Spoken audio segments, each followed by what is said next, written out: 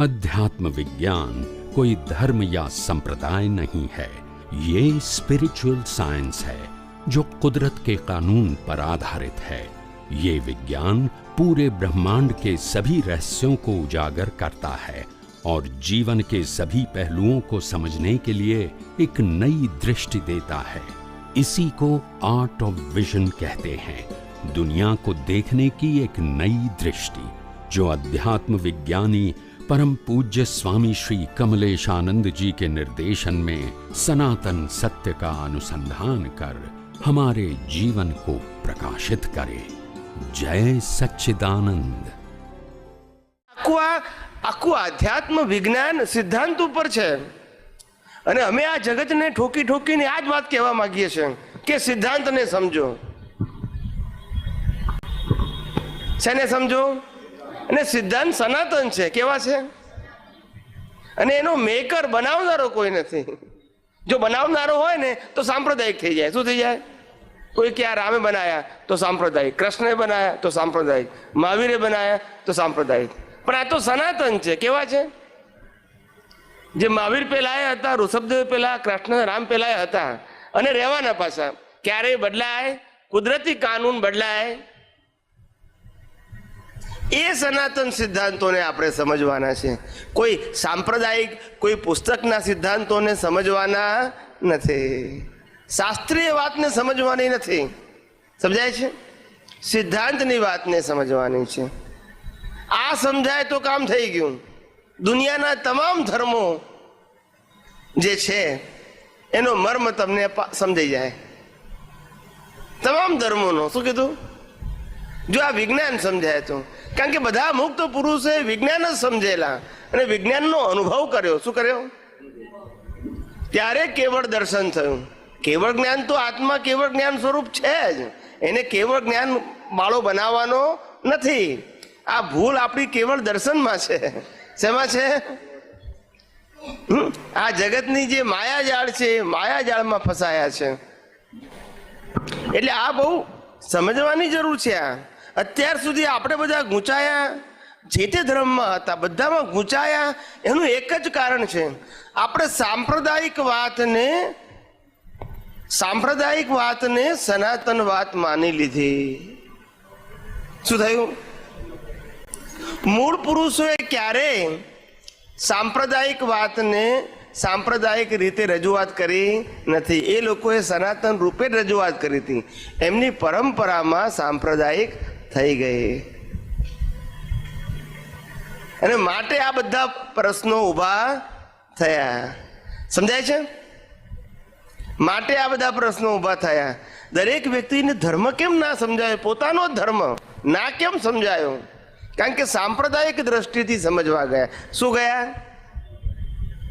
એટલે એકની દ્રષ્ટિ જુદી, બીજાની દ્રષ્ટિ જુદી, ત્રીજાની દ્રષ્ટિ જુદી, ચોથાની દ્રષ્ટિ જુદી, પછી ફાટા પડવા માંડ્યા।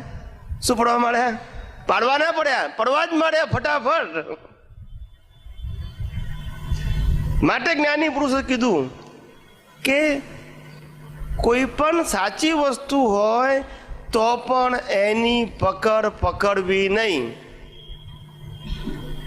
કારણ કે કોઈ પણ સાચી વસ્તુ પણ રિલેટિવ સત્ય છે। શું છે? રિલેટિવ સત્ય એટલે અવસ્થાવાળું સત્ય, સનાતન સત્ય નહીં। આ દેહનું અસ્તિત્વ છે એ રિલેટિવ સત્ય છે કે રિયલ સત્ય છે? જેનો અંત આવે એ બધું રિલેટિવ સત્ય, એની પકડ ના પકડવી। શું ના કરવું? આપણને યોગ્ય લાગે, જવાબદાર હોઈએ તો કઈ છૂટવું? શું કરવું? પણ પકડ પકડવી। અને આ ધર્મ અને સંપ્રદાયોમાં ફાંટા પડવાનું કારણ સત્યનો આગ્રહ। શેનો આગ્રહ? અસત્યનો નહીં, સત્યનો આગ્રહ। એટલે ભેદ પડી ગયા। ને જ્ઞાની પુરુષ જ્યારે આવે, અનુભવી પુરુષ, ત્યારે બધા સત્યોને સમાઈ લે। શું કરે? બધા સત્યોને શું કરે? સમાઈ લે, ભેદ ના પડવા દે। શું ના પડવા દે? સાચું શું છે તે પણ કે, છતાંય પકડ નહીં। શું કીધું? આપણે એમ કહીએ કે ભગવાનની પૂજા કરવાથી જ મોક્ષ થાય, મંદિર કે દેરાસરમાં જવાથી જ મોક્ષ થાય, દીક્ષા લેવાથી જ મોક્ષ થાય, કે અન્ય ધર્મો હોય તો કે ત્યાગ લેવાથી જ મોક્ષ થાય, કે પાંચે ઇન્દ્રિયોના સંયમ કરવાથી જ મોક્ષ થાય. આ બધી જે એકાંતિક વાતો છે એ જડ છે. આ બધા સાધનો છે. શું છે? જે સાધનો મુક્તિના માર્ગમાં સહાયક છે. શું કીધું? પણ એ સનાતન સત્ય નથી. સમજાય છે મારી વાત? હિંસા ના કરવી જોઈએ, ચોરી ના કરવી જોઈએ, જૂઠ ના બોલવું જોઈએ. ખ્યાલ આવ્યો?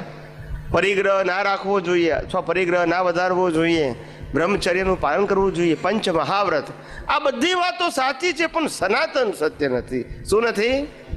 કારણ કે ઇતિહાસ એની સાક્ષી છે કે અનેક લોકો મોક્ષે ગયેલા સંસારી હતા, જેને પરિગ્રહ હતો, જેને અબ્રહ્મચર્ય હતું.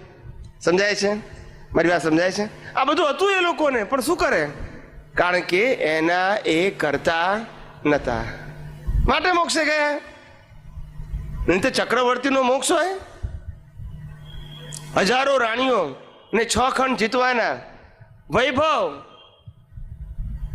ને છતાં એ જ અવતારે મોક્ષ. શું કીધું? હવે આપણને લાગે તો કે આપણે ઘરમાં 4 જણ છે તોય ભારે પડે છે, તો એમને કેટલું ભારે પડતું હશે? ના પડે,